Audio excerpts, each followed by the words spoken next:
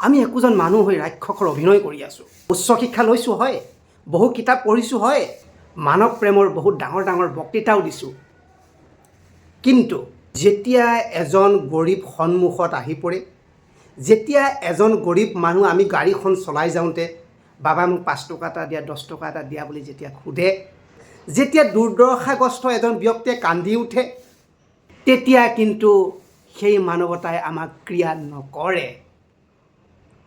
যেতিয়া গাড়ীখন চলাই যাওঁতে সেই ৰাস্তাত থকা সেই গৰীব মানুহজনে যেতিয়া 10 টকা 5 টকা এটা আমাক সোধে, আমি গাড়ীখনৰ গ্লাছখন মাৰি দিওঁ, তেতিয়া কিন্তু আমাক সেই মানৱতাই ক্ৰিয়া নকৰে। তেতিয়া সেই মানৱতা সুপ্ত হৈ থাকে। গুড মৰ্ণিং, সুপ্ৰভাত জনাইছোঁ সকলোকে আৰু স্বাগতম জনাইছোঁ। যিটো আমাৰ যোৰহাটৰ ঘটনা, পিতৃ পুত্ৰ যিটো ৰেকৰ্ডিং ভাইৰেল হৈছে, এইটো সঁচাকৈ দুখ লগা ঘটনা। বিশেষকৈ অসমত, যিখন অসমত মহাপুৰুষ শ্ৰীমন্ত শংকৰদেৱ, মাধৱদেৱৰ নিচিনা গুৰু জন্মগ্ৰহণ কৰিছে, সেইখন অসমত এনে ঘটনা বৰ লজ্জাজনক। বৰ্তমান শিক্ষাই আমাক চাগে ক্ৰিয়া কৰা নাই। আজি উঠি অহা পুৰুষ চামৰ ভিতৰত নৈতিকতাৰ অভাৱ বাৰুকৈ পৰিলক্ষিত হৈছে।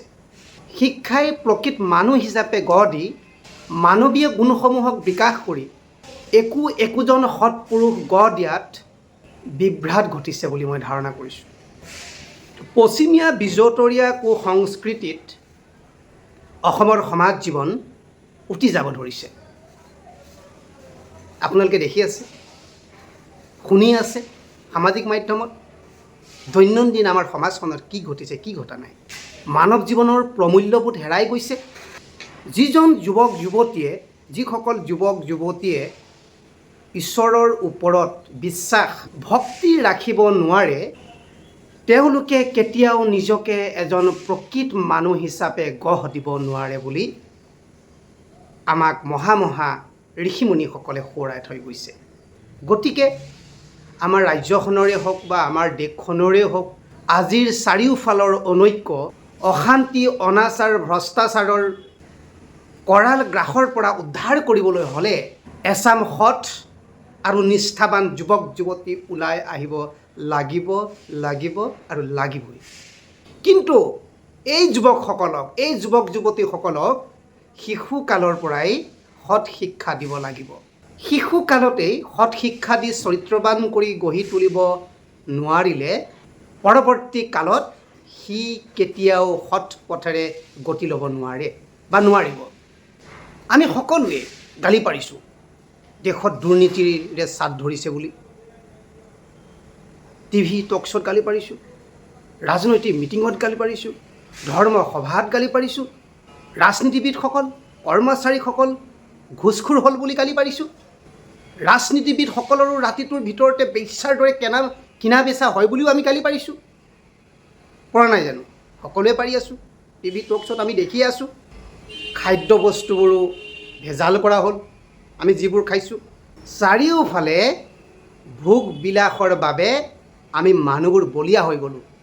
এইবোৰৰ বিষয়ত আমি নানা ধৰণে বক্তৃতা দিছোঁ, নানা ধৰণে শ্লোগান দিছোঁ, সাহিত্য কৰি সমালোচনা কৰিছোঁ।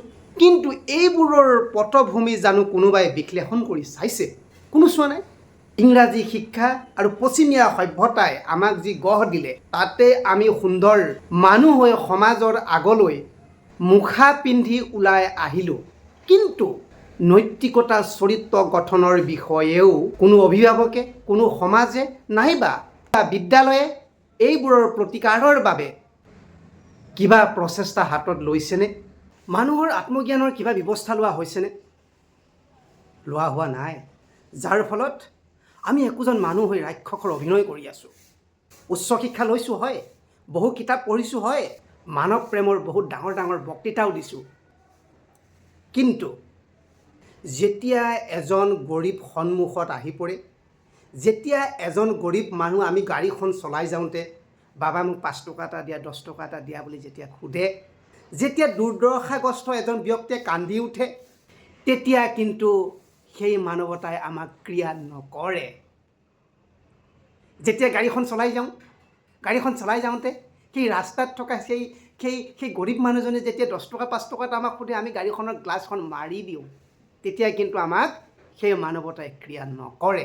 তেতিয়া সেই মানৱতা সুপ্ত হৈ থাকে, সেই মানৱতা আমাৰ পৰা হেৰাই যায়। তেতিয়া পিশাচৰ অভিনয় কৰি দেখুৱাওঁ, হয়নে নহয় বাৰু? এইখিনি কথা কোনো স্বীকাৰ নকৰিলেও কিন্তু চিৰন্তন সত্য, ইটছ ইউনিভাৰ্চেল ট্ৰুথ।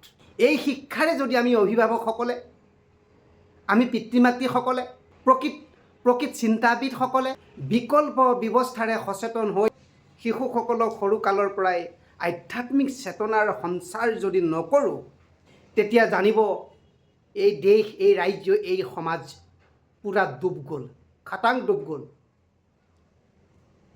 গতিকে শিশুকালৰ পৰাই যদি আমি পিতৃ মাতৃসকলে সেই যুৱকজনক, সেই যুৱতীগৰাকীক আধ্যাত্মিক চেতনাৰে যদি সঞ্চাৰ কৰি গঢ় দিওঁ, আধ্যাত্মিক জ্ঞানটো যদি আমি সোমোৱাই দিওঁ, আজি এসপ্তাহৰ আগত বাপেক পুতেকৰ যি ৰেকৰ্ডিং, তেনেকুৱা ঘটনা আমাৰ সমাজত কেতিয়াও নঘটে বুলি মোৰ বিশ্বাস আছে।